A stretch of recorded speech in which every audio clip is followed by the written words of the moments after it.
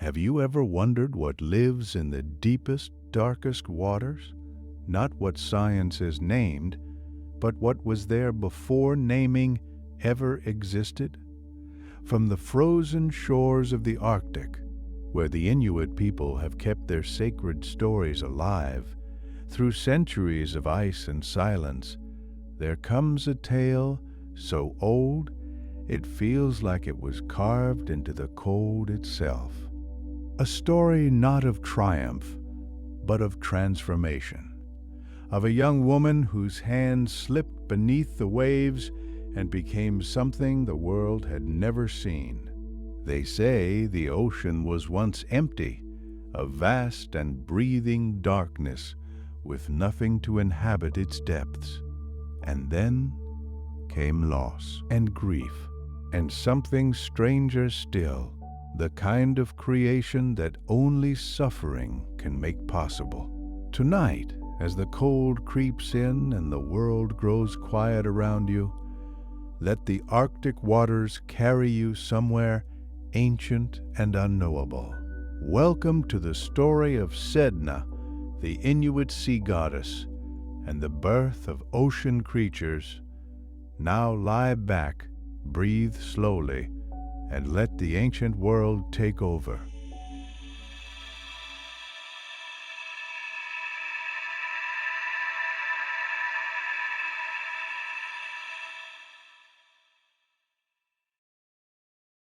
The sea ice groaned. A low, slow crack ran outward from a pressure ridge, like a seam tearing open, and then it stopped, and the Arctic shore held still. Stars burned in the open leads of dark water between ice shelves, cold white points wavering just beneath the surface. The air tasted of brine and frozen stone. No wind. The sky above the horizon had deepened to the particular blue of the hour before any light arrives. Not black, not gray, but something between the two, carrying the weight of everything not yet begun.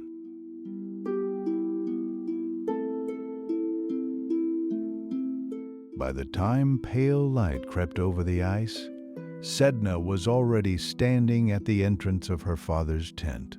The hunter had come early, a careful man that arriving while the air still bit with last night's cold, the front of his parka dusted with fine blown snow. He was not unkind. He held himself with the quiet steadiness of someone who had learned patience from waiting at seal holes for hours without shifting his weight. Sedna watched him speak. She heard the offer, the good tent, the full cash, the life he could build, and when he finished, she simply shook her head. No anger in it, no apology either. Her dark eyes held his for a moment with something that was not quite pity and not quite sorrow, then moved past him to the white horizon as though she had already seen something there that he could not. The hunter turned and walked back across the packed snow. She watched him go, her breath a slow white curl in the cold morning air, and did not move from the doorway.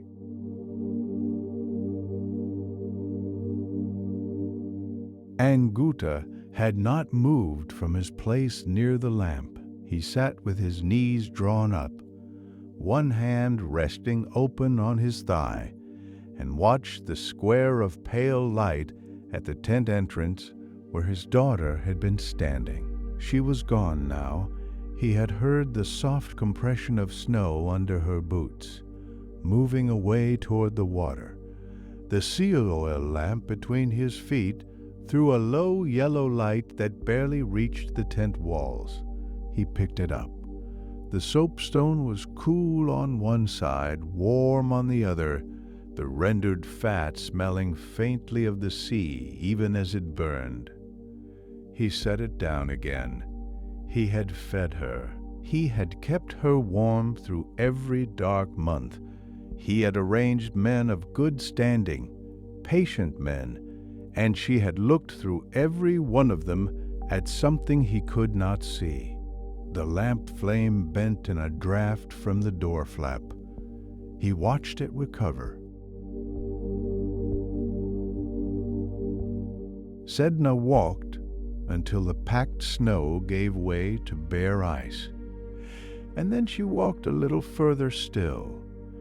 The dark water below the lip was perfectly still, the last stars fading in it like embers cooling. She crouched at the edge, not carefully, but with the easy confidence of someone who had stood at this exact margin 100 times, and let her fingers break the surface. The cold entered her hand at the knuckles first, then moved up through her wrist and into her forearm, a slow, insistent pressure, like a question asked without words. She did not pull back. The water held her reflection for a moment, dark eyes looking up at dark eyes, and then a small current shifted somewhere far below, and the image dissolved. She stayed crouched. Her breath drifted out over the water and was gone.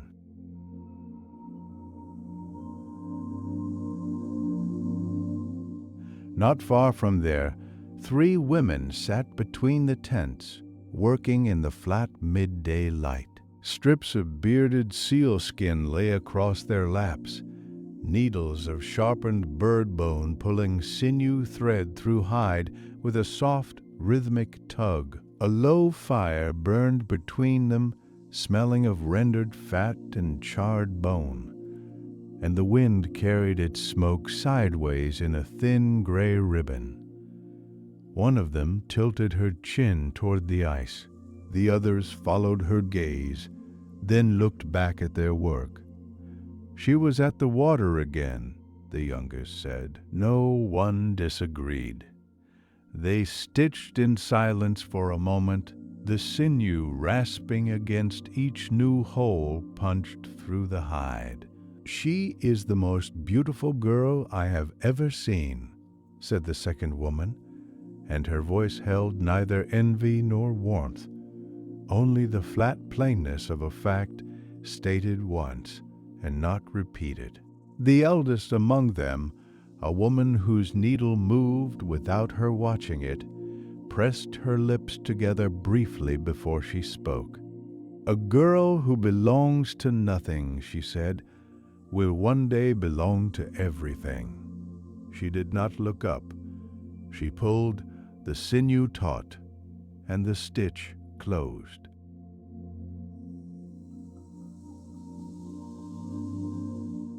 Sedna stood just beyond the reach of their fire, her shoulder against the cold curve of the tent wall, the hide stiff as bark against her arm. She had not meant to stop. The eldest woman's voice had come through the air like a line cast and landing, and the words had snagged somewhere below her ribs, not painful, but catching. A girl who belongs to nothing. She turned them slowly, the way a hand turns a stone found on the shore. Something in her chest opened without warning. Not wound, not grief, but the particular ache of recognition.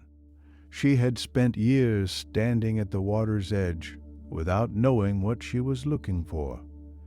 Now she wondered if the old woman had seen it more clearly than she had. She did not move for a long moment. The wind pressed cold against her cheek.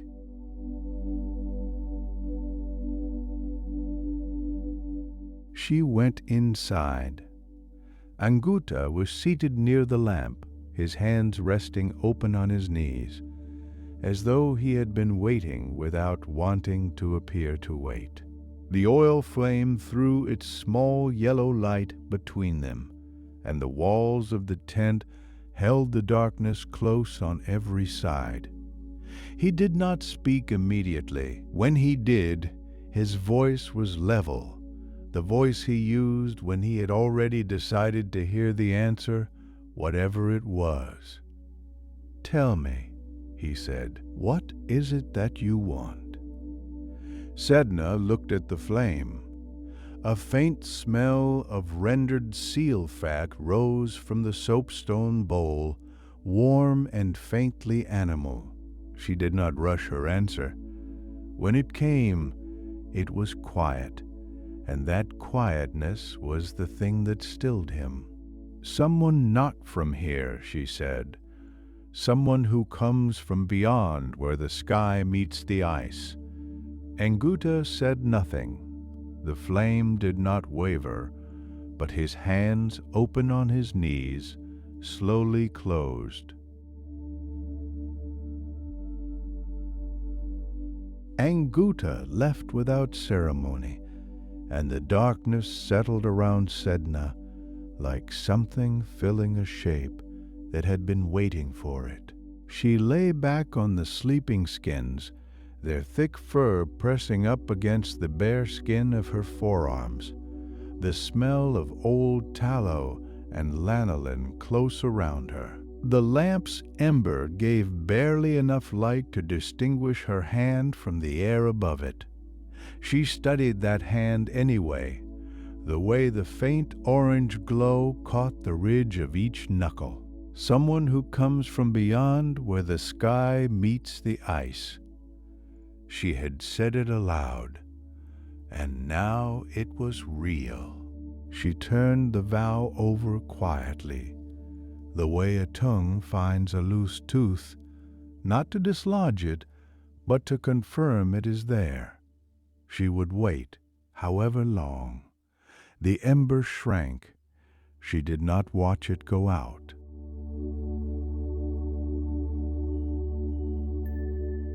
He came 3 days later.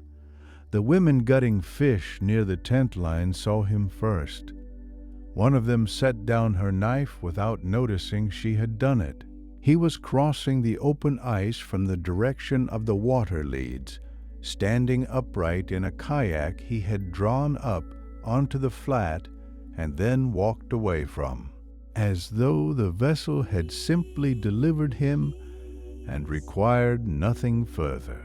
His cloak was dark, the feathers of it catching the late afternoon light and throwing it back gray-white and then dark again with each stride.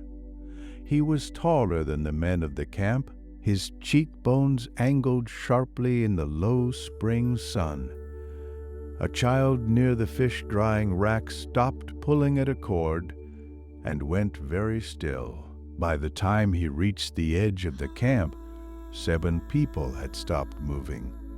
Sedna was not yet among them, but she would hear about it within the hour, described in words that did not quite fit him.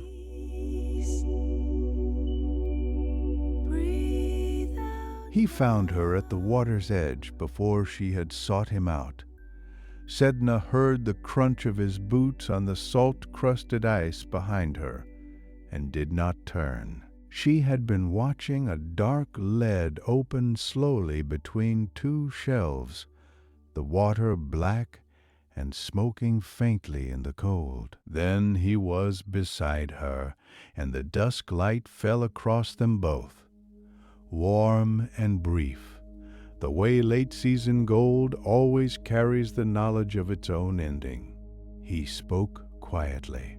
His voice had a low resonance to it, like ice settling deep in a pressure ridge, felt as much as heard. He told her of his home, chambers of layered fur so thick your fingers disappeared into them. Meat in abundance every season. Air warm enough that frost never formed inside the walls. Each word landed with the ease of something that had been true for a long time. Sedna's jaw tightened. She had made a private promise to herself, firm, certain, hers alone. And she felt it now, the way you feel a tent rope go slack in your hand.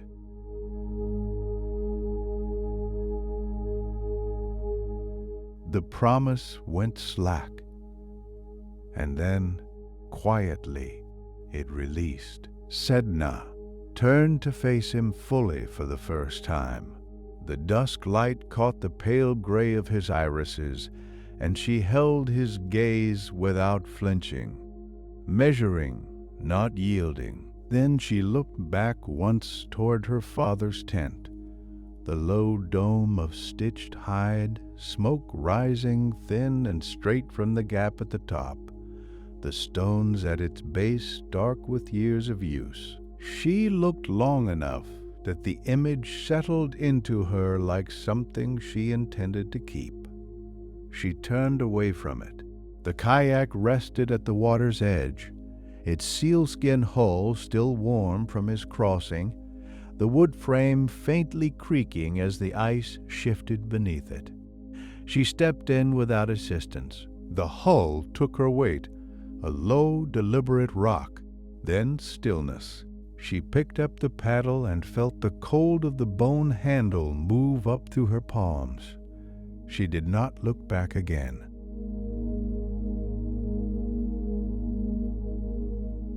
Anguta watched until the kayak was a dark sliver against the last copper light on the water. Then it was smaller. Then it was a mark he could not be certain of. He did not call out. He had not called out when she stepped in. He had stood at the ice edge and let the moment pass through him like a current passing through a man who does not move. The cold came up through the soles of his boots now, the slow, deep cold of ice that has given up the last of the day's warmth. He felt it in his ankles. He felt it climb. Somewhere behind him, a dog shifted on its tether and was still. The water held no mark at all. The kayak scraped against wet rock with a sound like a bone being dragged across stone, and Sedna stepped out. The island was a gray fist of rock pushed up from the sea. No soil. No shelter. Wind came off the water in long, unbroken cuts that smelled of brine and the cold fat of something long dead. Underfoot, the rock was slick with spray, and the kelp heaped against a low ridge. What the stranger had gestured toward with such ease lay in a matted brown tangle, damp through, smelling of rot and salt and the slow decay of the tide line. She stood over it. The stranger was speaking behind her, his voice carrying some new shape of the same promises. She did not hear the words. The cold pressed flat against her cheekbones and found the gap at her wrists where the parka cuffs ended. She understood, not gradually, not with the mercy of confusion to slow it, all at once, completely, the way a crack opens in spring ice, sudden, total, and running in every direction at once.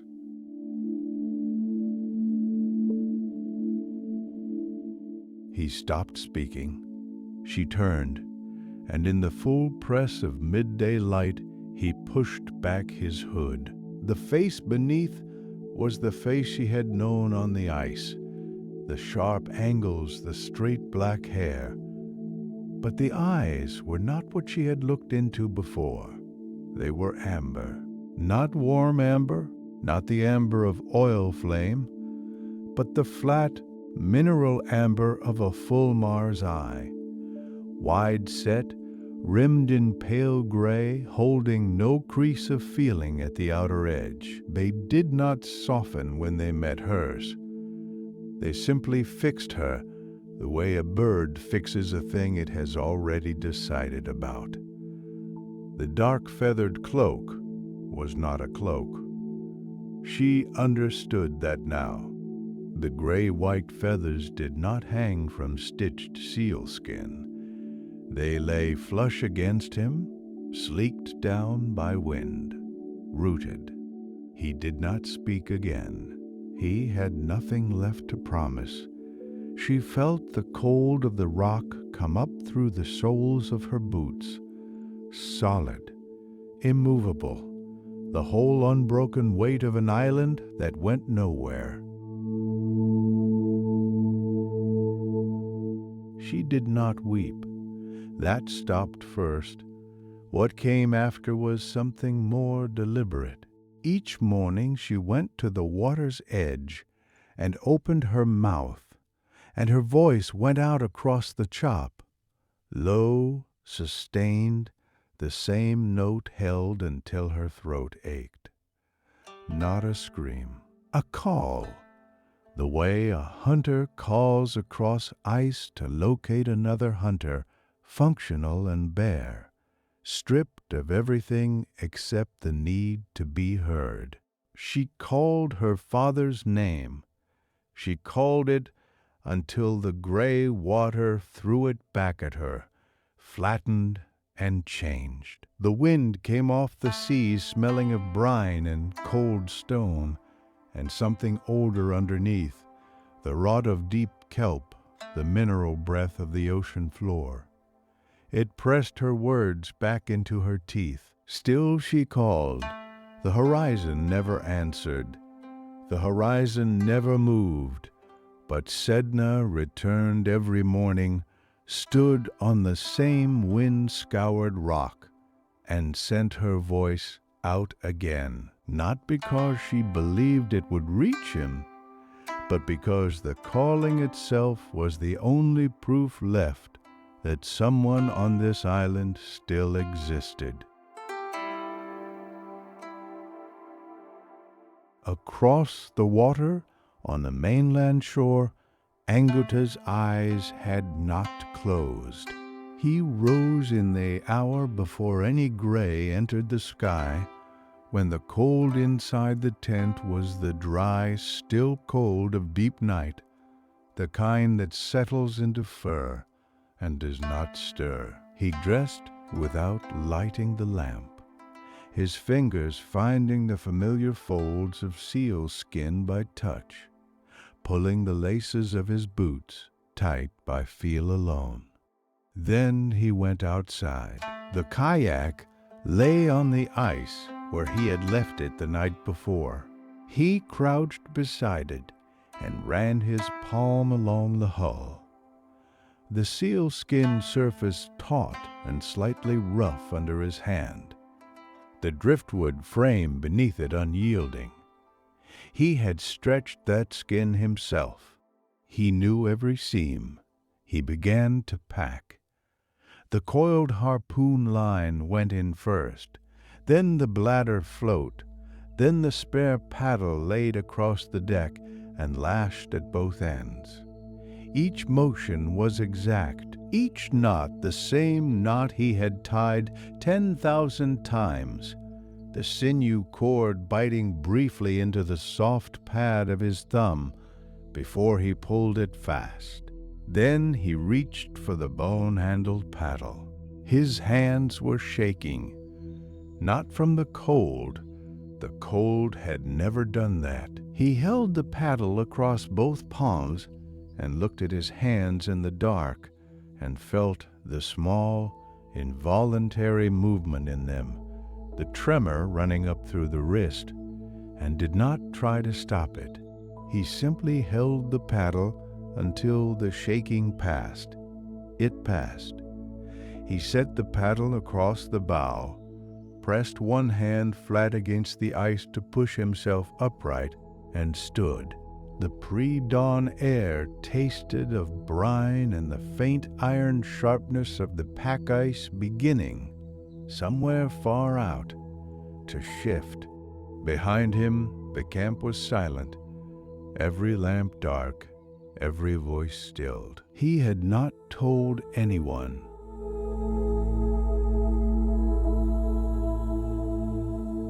He paddled through the gray morning for longer than he had expected, the horizon ahead featureless, the oar strokes coming in the same measured rhythm he had kept since leaving the ice, until the dark shape of the island resolved out of the fog like something surfacing.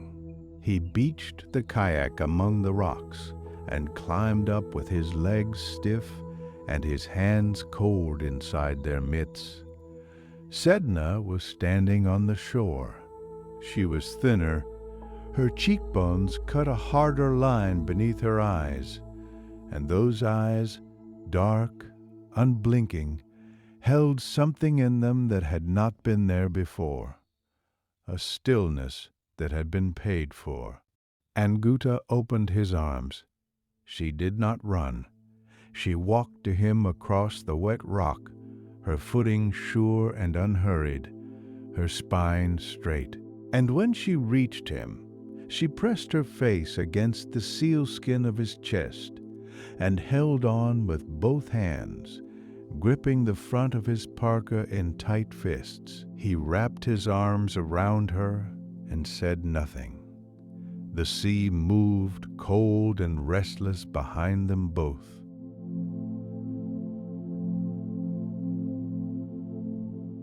Then Anguta pulled back, took her by the hand, and moved. No word, just the grip of his fingers around her wrist, and the two of them crossing the wet rock toward the kayak at a pace that was not quite running, but was nothing like walking either. He pushed the bow out with one hard shove, the hull scraping free of the stones, and Sedna was already climbing in, folding herself low into the hull as Anguta stepped aboard behind her and drove the first stroke down. The spray came immediately, cold enough to sting the cheeks, salt on the lips, and the island shrank behind them without either of them turning to watch it go. The paddles bit and pulled, the kayak riding low and fast across the chop, and whate'er there was between them tasted of brine and held breath.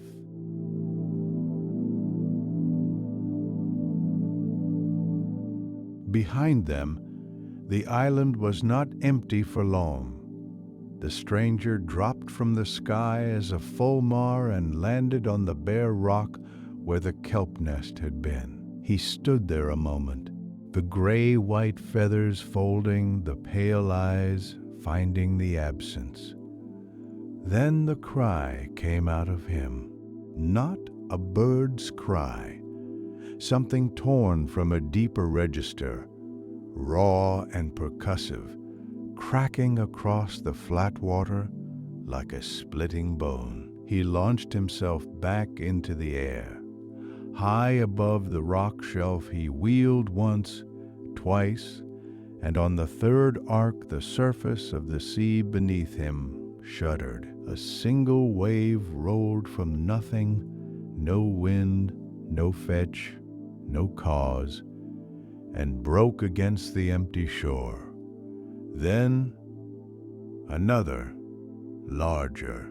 Then the whole horizon buckled, the water heaving upward in long dark ridges that had no right to exist on what had been, only moments before, a calm sea.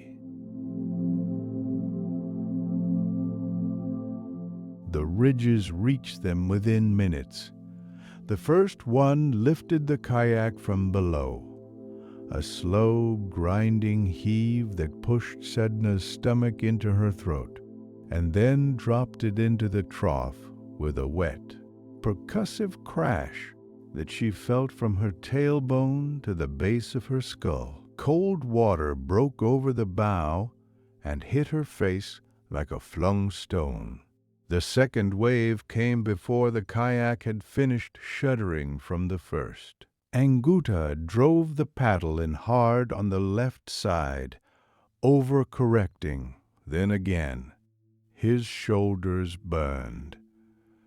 Around them, the visibility collapsed. Spray and cloud and wave crest foam folding together until there was no horizon, no sky, no island behind them, only churning gray-black water in every direction, and the thin sealskin hull flexing beneath them both. Sedna gripped the frame with both hands and said nothing, and Guta paddled. He kept paddling.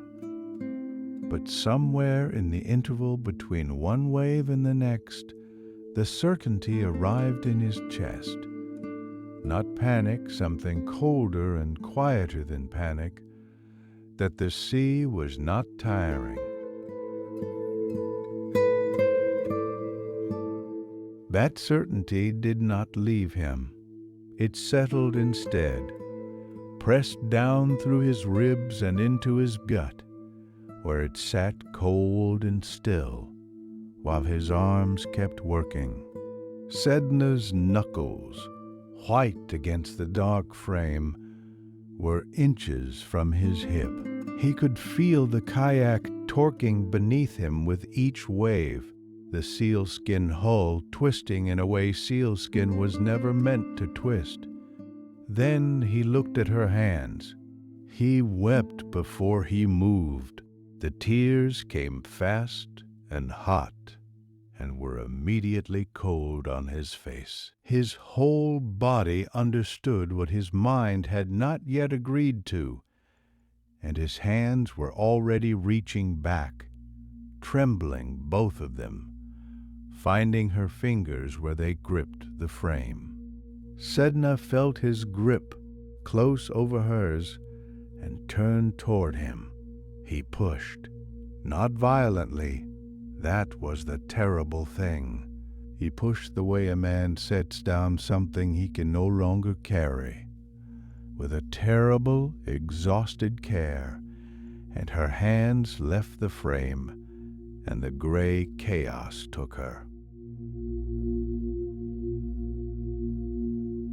But the gray chaos did not take her. Her hands found the frame again, not with thought, not with decision, but the way a drowning body rises.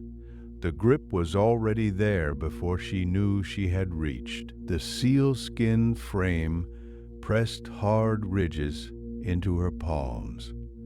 The cold of it went straight to the bone. She looked up, and Guta's face was directly above her, close enough that she could see the tracks the tears had cut through the salt on his cheeks. He had not looked away. She understood then, with her body, not her mind, that he had been watching her the whole time, that he had never stopped. All of it passed between them without words. Every morning she had stood in his doorway, every refusal, the vow she had made in the dark, and the choice she had broken it for. The grief of recognizing his face, the grief of him recognizing hers. He loved her. She felt that the way she felt the cold, completely, with no part of her insulated from it. His hands closed around the paddle.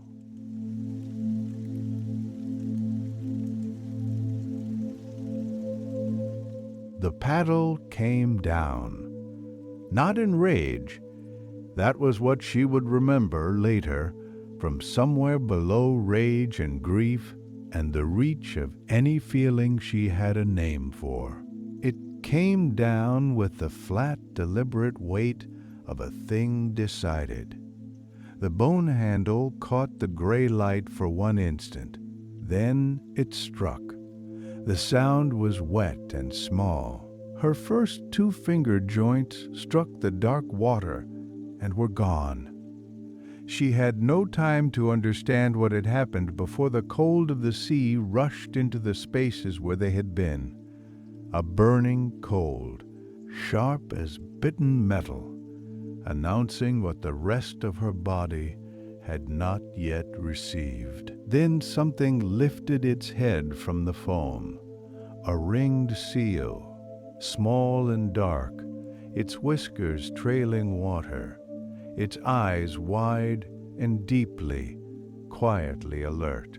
It turned toward her with the unhurried attention of a creature that had simply surfaced, as though it had been there always, patient in the dark water, requiring only this moment to breathe. Then another, then a third, their small round heads bobbing between the wave crests like stones that had decided to be curious.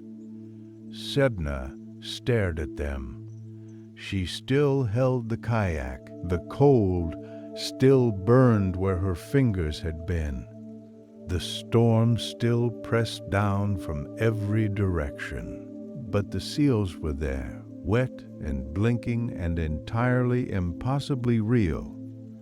And for one suspended moment, the sea around her was full of living things that had not existed before she lost them.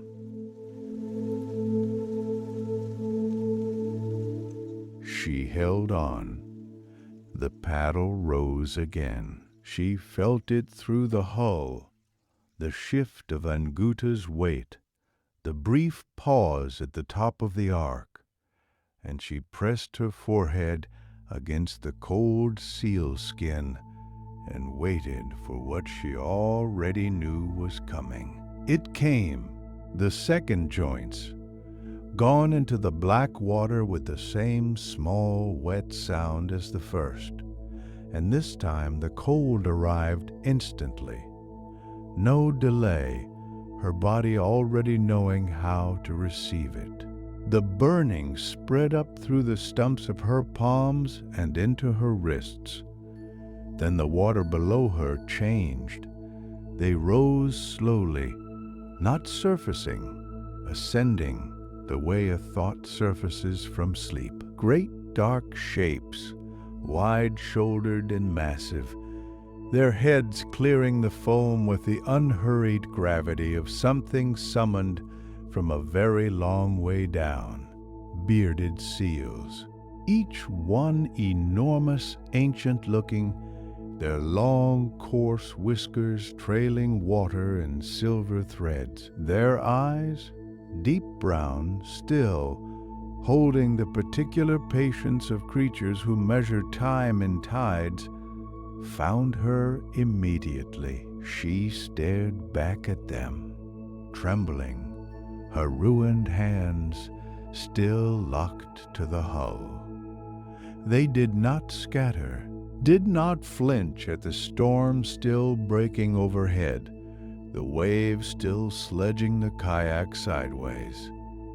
They gathered around her in the churning water, 7, 8 more, and simply stayed, watching her with those deep, unhurried eyes, as though they had been waiting an extremely long time, and were in no particular hurry now that the waiting was done. Then the bearded seals parted, not scattered, parted deliberately, as though making room for something that required it. The churning water between them flattened in a single long strip, and from beneath it came a pressure Sedna felt in her sternum before she understood what it was. A deep, subaquatic shudder rising. The walrus came first, 3 together, then 4 more behind them, their ivory tusks breaking the surface like fence posts thrust up from below. One passed so close that a tusk grazed the hull with a low, resonant knock that she felt in her collarbone. Their hides were the color of old rust in the storm-gray light, their small eyes calm, their vast weight moving through the water with an ease that made the waves seem irrelevant. She could not count them. They kept coming. Then everything stopped. The storm did not pause. The rain still drove sideways, the swells still lifted and dropped the kayak, but beneath her the darkness deepened in a way that had nothing to do with water. A warmth rose with it. Not warmth exactly, pressure, slow and immense, building from below like the approach of something the sea had been keeping for last. The whale surfaced to her left. Not its full length, nothing that large announces itself all at once. First, the long, dark curve of its back, glistening broader than the kayak was long, water sheeting off the gray-black skin in white runnels.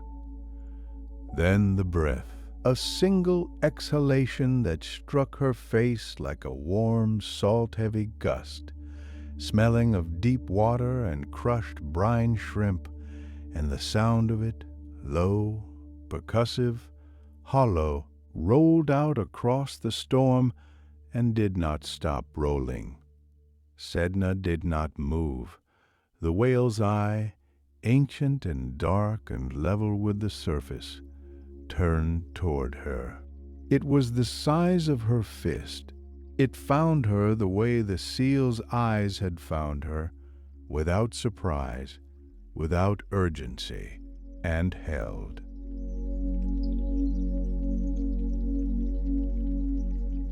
The whale's eye held her, and Sedna felt the kayak's paddle slip, not torn away, not pulled by wind or wave. Her hands, what remained of them, simply could not maintain the grip, and the shaft rolled free of her wrists and was gone into the water before she understood she had released it. She waited for the terror. It did not come. Around her the seals breathed. The walruses hung at the surface, their broad backs steady as thatch stone.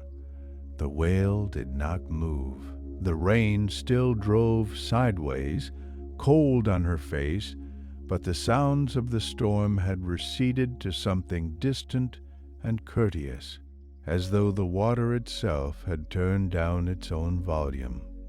Sedna looked at the rounded stumps where her fingers had been. Then she looked at the creatures surrounding her creatures made of her, wearing her loss as living form, and she felt the last tight thing inside her chest unlock. She was not returning. She had known it for some time, the way you know a fire has gone out before you open your eyes. But knowing and accepting are separated by a distance that sometimes takes a long time to cross. She had crossed it now, here in the gray water, watched by ancient eyes.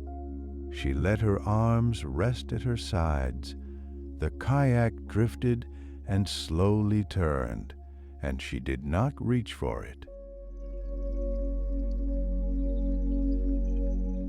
The kayak rose on a swell behind her, and she did not look at it. She simply tilted backward, and the water received her, not cold, not at first. The ocean pressed in on all sides with the dense, impartial weight of something that had always been here and would not make an exception. The gray light above the surface narrowed to a pale disk, then a smear, then a thin suggestion of a world she had lived in. The storm sound ceased. There was only the low hum the deep water makes when it is moving, not loudly, not insistently, but continuously, the way a sleeping body breathes. The pain in her hands had been constant for so long that she had stopped naming it. Now, as the cold reached the bones of her wrists, it simply withdrew, not healed, not taken, but subsumed into something so much larger that the distinction between wound and water no longer held. She sank. The light above was gone now. Around her, the dark was not empty. It pressed in close and even, and within it she felt the seals descending alongside her, unhurried, their bodies warm ribbons in the black water. She could not see them. She felt them nonetheless. The cold completed itself. It entered her chest, her throat, the spaces behind her eyes, and what arrived in its place was not peace exactly. It was the absence of resistance, which is a different thing, and also the same.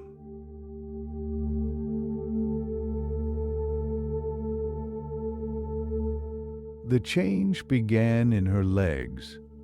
Not pain, something closer to the feeling of a fist unclenching after a long, cold crossing, a slow release of tension she had not known she was holding.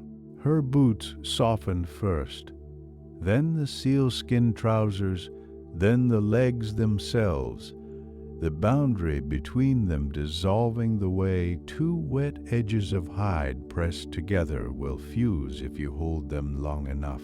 She felt the new shape arrive the way a tide arrives, not as intrusion, but as correction. Her ruined hands did not heal. They became something else. The rounded stumps drew the dark water close, and from that closeness came a new sensitivity. She felt the temperature shift 3 arms' lengths to her left, felt the pressure change of something large and slow passing far below her. Her body had stopped being a thing that needed protecting. The girl who had stood at the tent door and found every offered life too small. She was not gone. She was simply no longer the outermost layer.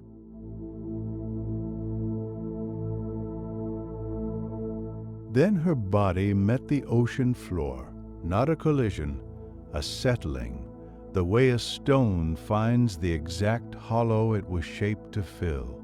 The silt pressed up between her fingers, cold and fine as powdered bone, and the deep rock beneath it transmitted something upward through her palms, a vibration low and spreading, moving out from that single point of contact in every direction at once. The sea shuddered. Far above, on the surface, a circle of water smoothed itself flat in the middle of the storm. Below, the tremor rolled outward across the silt plain, and where it passed, things woke. A sea anemone opened its pale crown, one, then a dozen, then a field of them, each the dull red of old embers, their tentacles feeling the changed water. Kelp fronds, lying flat against bare rock, lifted. Currents that had wandered without direction found each other and began to turn. Slowly, with the deliberate patience of something resuming rather than starting. Sedna did not command any of it. She simply arrived, and the deep recognized her.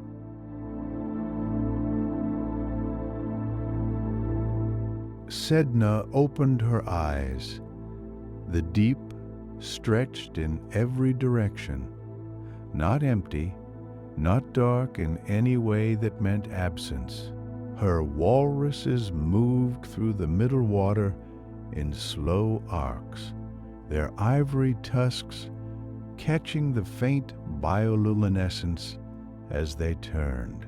Schools of Arctic cod shifted in unison above her, their bodies flickering silver pale. ringed seals and bearded seals, and the great bowhead whale. Her creatures, all of them, flesh made from her own flesh, circled the plain where she sat, and not one of them moved away from her. She had stood at the water's edge every morning of her remembered life, and felt something pulling at her sternum, insistent, wordless, never satisfied. It had made her proud and restless and impossible to please, and she had never known its name. Now she knew. It was not longing for a stranger. It was not longing for a life beyond the ice. It was the sea calling to the part of her that had always already belonged to it. Patient, certain, willing to wait out her entire mortal life, if that was what the waiting required. Sedna spread her rounded wrists wide, and the current moved through her hair like a hand through long grass, and she let herself be still.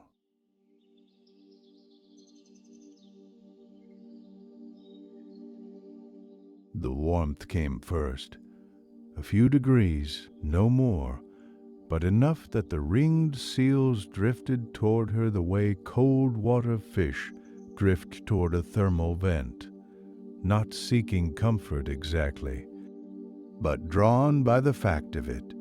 She did not reach for them. She had no hands with which to reach. Instead, she turned her attention to the current that ran east along the ocean floor, and it shifted, a slight correction, the way a river adjusts around a new stone, and carried a drift of krill northward into water where cod were feeding. The cod followed.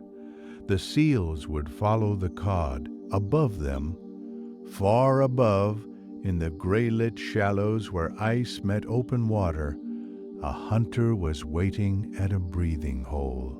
She knew this the way she had once known where the wind was turning, not by seeing, but by being the medium through which it moved.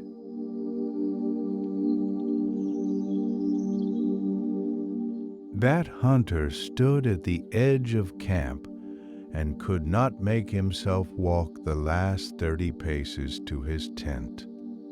3 days, 3 mornings he had gone out before the sky had any color in it, knelt at the breathing holes in the dark, and waited with his harpoon balanced across his knees until his thighs burned and his fingers stopped feeling the shaft.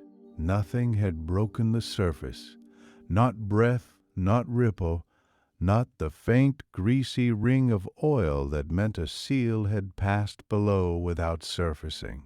He had moved to the second hole, then the third. Each one was the same, dark water and silence, the ice pressing cold through his knees, the sound of his own pulse, the loudest thing in the world. He straightened now and looked at his tent. His wife stood in the entrance. She had pulled the hide back only a hand's width, and she did not call to him, and that was the thing that pressed against his sternum, like a thumb. Not what she said, but the way she said nothing, the way her eyes went once to his empty hands, and then back to his face, and stayed there. He had seen that look before, in bad years, but those years had come on slowly, the hunting thinning by degrees, giving a man time to move camp, to try different water. This had happened in 3 days. He did not know what to make of that. He turned once and looked back at the sea, flat, gray, featureless, offering nothing, then walked toward the tent.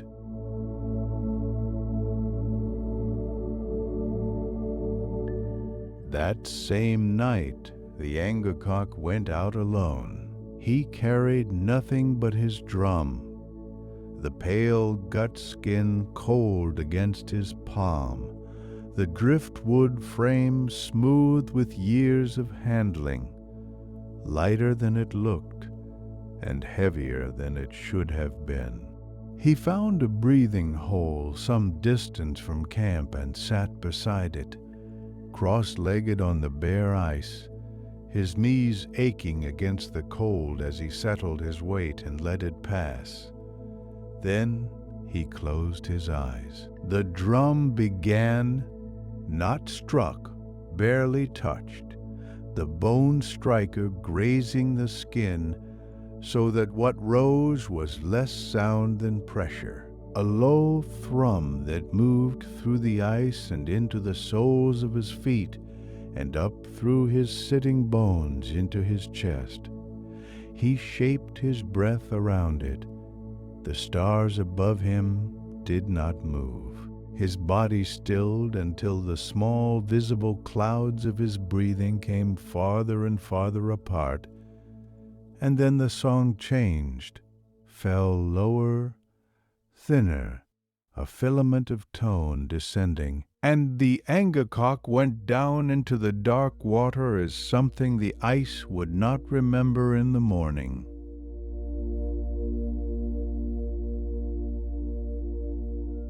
The cold came first, not the surface cold he knew, the dry bite of Arctic air against skin, but a cold that pressed inward from every side at once, filling the spaces between his ribs, thickening the fluid behind his eyes. He descended without moving his limbs. The water column received him the way packed earth receives a probe, with indifference, with resistance, with no particular hostility. Around him, just at the edge of sight, shapes held still. A narwhal, its spiral tusk catching no light that existed, watching him pass with the patience of something that has no word for urgency. Then darkness thickened to a pressure he felt in his back teeth. Then even that passed. Deeper, the sound of the world above, ice groaning, water churning against itself, had stopped some distance back. And now there was only the sensation of movement and the low pulse that had been his drum and was now simply his blood. Then ahead, below, distinct as a coal in ash, amber, not the cold blue-green of the creatures he had passed, warm, held, a light that came from within a thing rather than from anything burning. The Angakok descended toward it and found he was afraid, and kept going.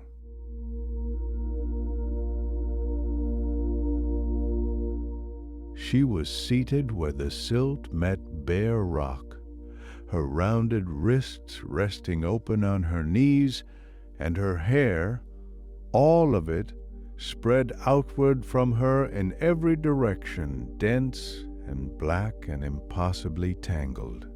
The Angakok stopped moving. Lengths of kelp had wound themselves through the mass, and within the knots he could see darker things, clotted shadows where blood had sunk and been absorbed, a weight of accumulated neglect that had braided itself tight over years, over seasons, over every careless kill whose offal had been thrown back without ceremony. The knots were the size of his fist. Some were the size of his head. She could not separate them. She had no fingers with which to work them loose. Sedna did not look up when he arrived. She simply sat with what had been given to her. All of it, the full mass of human forgetting pressing down, and the patience in her stillness was not resignation. It was something that had been earned through bearing weight until weight became familiar.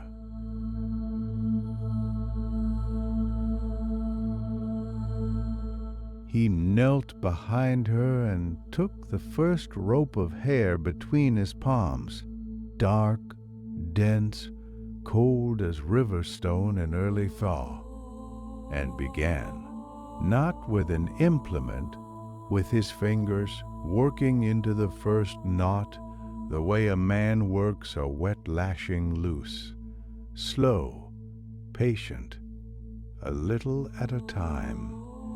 He sang as he worked. The names came first: ringed seal, bearded seal, walrus, bowhead, each one offered back to her with the breath it deserved. Then the apologies, the hunter who left the kill site wrong, the woman who forgot to return the bladder to the sea, the boy who struck more than he needed and offered nothing back. The knot gave. Another followed. Sedna's shoulders dropped a fraction, not much, the width of a held breath releasing, and then another knot loosened under his thumbs, and her chin tilted forward, and the lines that had held her jaw rigid all those uncounted seasons softened by one small degree. The angakok kept singing. His fingers moved deeper into the next tangle, working it apart strand by strand, and the dark water above them both grew very still.